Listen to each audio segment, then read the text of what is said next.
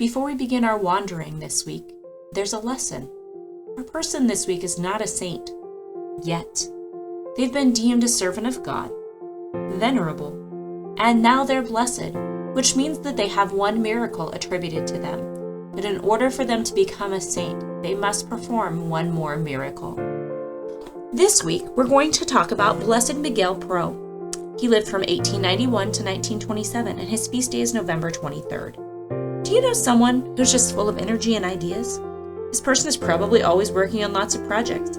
Maybe he's playing music, writing stories, or organizing everybody else to play a prank. You don't know how he does it all, but you know you're glad when he walks into the room. Or maybe that person is you. Is it? Do you wish there were more hours in the day so you could dance more, be in more plays, or draw more pictures? If this is how you are, then you're blessed. You're creative. We can do a lot with God's gift of creativity. We can make people laugh. We can help people understand the world, and we can always and everywhere use these gifts for God's glory. Miguel Pro was a very creative person. If you'd been in Miguel's class in school, he would have been the boy who made everyone giggle with his imitations of the teacher. He would have been the one who drew funny cartoons for the school newspaper. He would have been the star of the class play. Miguel was born in Mexico a little more than 100 years ago. He was part of a large, loving family. When he was a young boy, he went to school sometimes, and sometimes he was taught at home.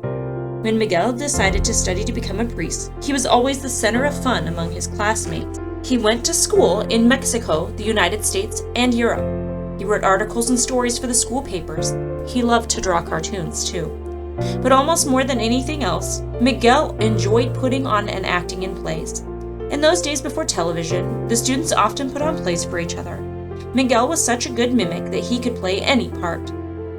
It wasn't all fun and games, though. Through all of those years of study, Miguel worked hard. He grew closer to Jesus. He gave much of his time to helping the poor and the sick. When he lived in Europe, he talked with many people about ways they could help poor people have better lives. But Miguel wanted to be able to help the poor in his own country, too. He knew he would go back to Mexico soon, and he was ready. Finally, the day came. Miguel was ordained a priest. He would soon get on a ship, return to his home, and serve his people. Miguel could hardly wait, even though he knew that Mexico was facing hard times. Those hard times had started even before he left, and they've only gotten worse during the years he was away. There had been a revolution in Mexico. For years, wars and battles had raged. When peace finally came, something else came with it. New rulers of Mexico who hated the church. They hated it so much that they destroyed churches and statues.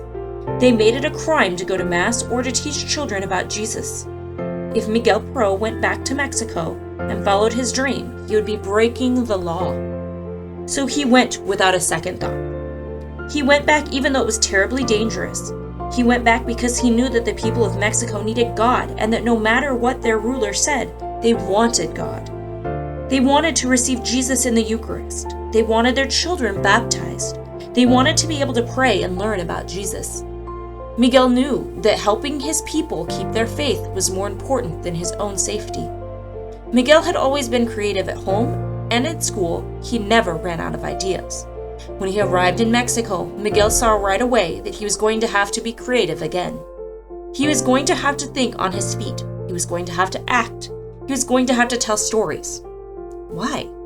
Because if Miguel was going to serve his people as a priest, he would have to do it in secret.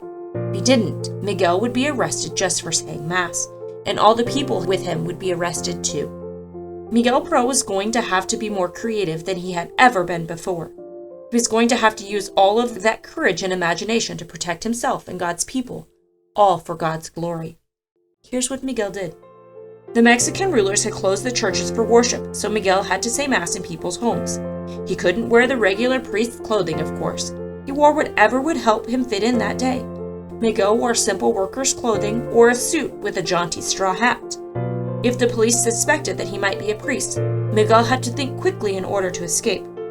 He had to be ready to use his imagination and act a part at any time. Once, the police followed him and almost trapped him on a dead-end street. A young woman Miguel knew happened to be walking down the same street. Miguel took her arm and pretended to be her boyfriend.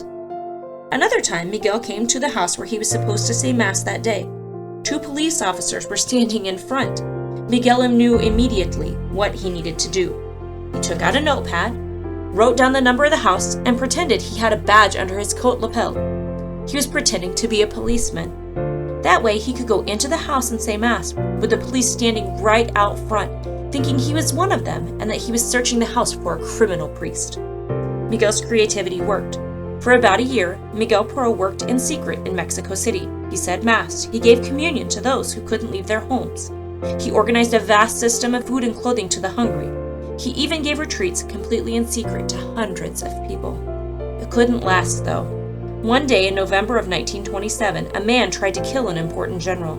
The man escaped, but the police found the car he'd used. They traced it to Humberto Pro, Miguel's brother. Humberto had not had anything to do with the attempted killing, but that didn't matter. The police arrested him and two of his brothers, including Miguel, whom they were very glad to find because he was a priest. The police didn't plan a trial for Miguel, only an execution. Miguel was ready. He knew that serving God in those days would probably bring death. He was ready to stand up for the truth. On the morning of his execution, the guards walked Miguel out to the prison yard. They offered him a blindfold and he refused. All he wanted was a moment to pray. After Miguel prayed, he stood up. He held a crucifix in one hand and a rosary in the other. Miguel spread his arms out by his sides. He wanted to die just as Jesus had died.